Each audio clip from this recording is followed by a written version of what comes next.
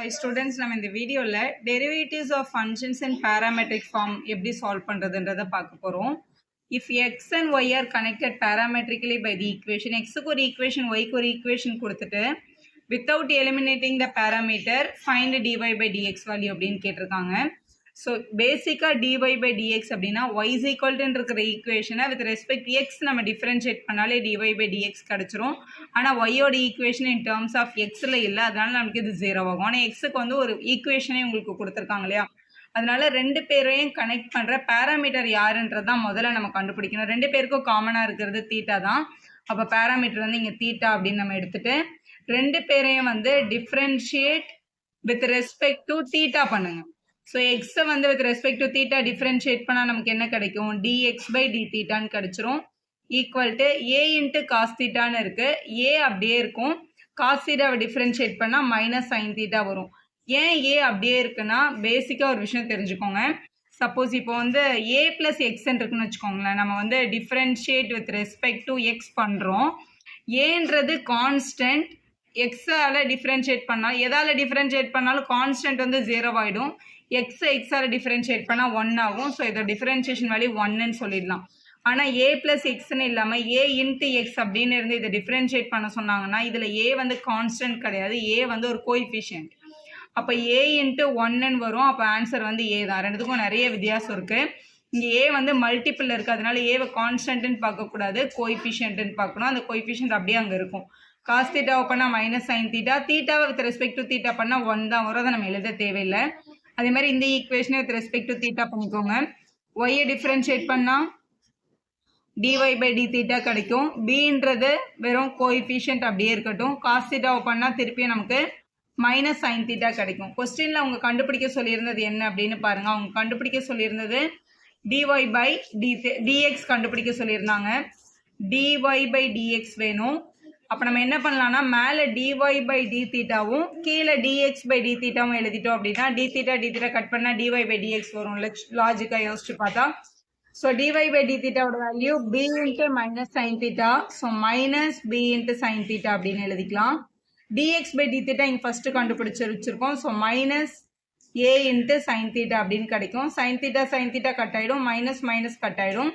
அப்போ மேலே பியும் கீழே ஏவும் கிடச்சிருக்கு. b by a அப்படின்றது உங்களோட கரெக்டான ஆன்சர். இன்னொரு எக்ஸாம்பிள் பார்க்கலாம்.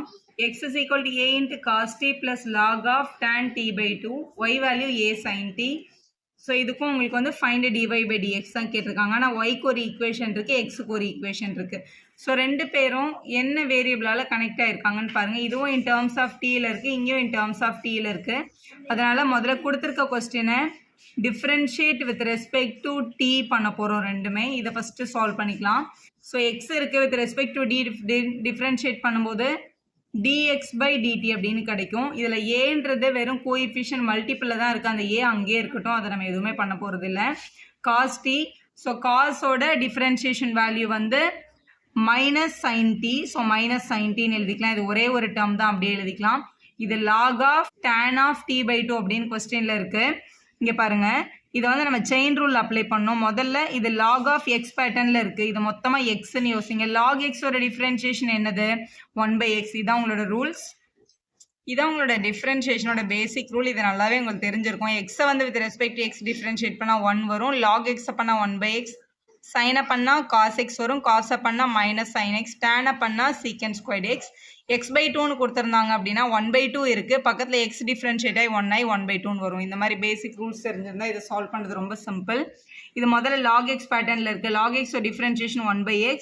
அப்போ 1/xக்கு பதிலாக இவங்க கொடுத்துருந்த tan t by 2 அப்படியே எழுதிக்கணும். இதான் 1/x ஃபார்ம்.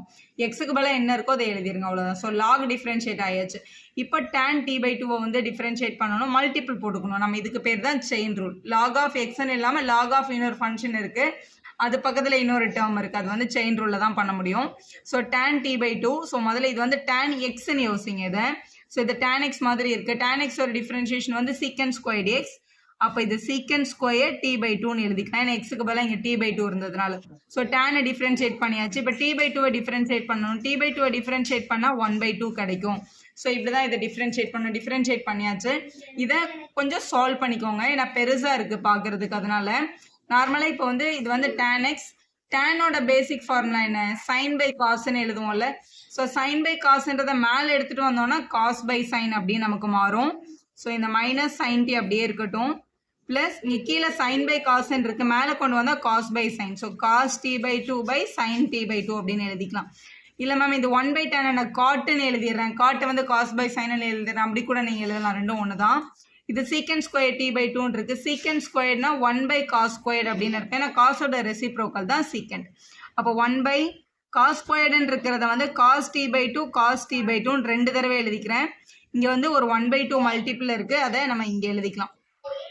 ஸோ ஒரு காஸ் டி பை டூவும் ஒரு காஸ் டி பை டூவும் என்ன ஆயிடுச்சு? கேன்சல் ஆயிடுச்சு. அப்போ ரிமைனிங் இருக்கிற டேர்ம்ஸில் ஏ இன்ட்டு ஒரு மைனஸ் சைன் டியும் plus 1/2 time sine t by டூவும் ஒரு காஸ் டி பை டூவும் இருக்கு.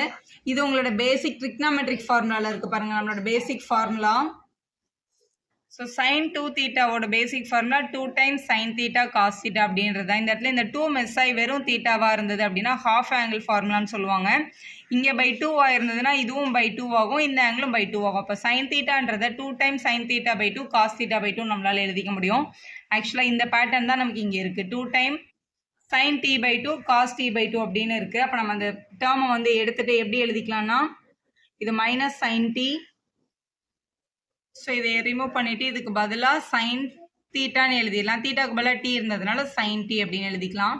இதை இன்னும் கூட சிம்பிளிஃபை பண்ணுற மாதிரி இருக்குது பாருங்கள். இது கீழே 1 எடுத்துகிட்டு எல்சிஎம் எடுத்துக்கலாம்.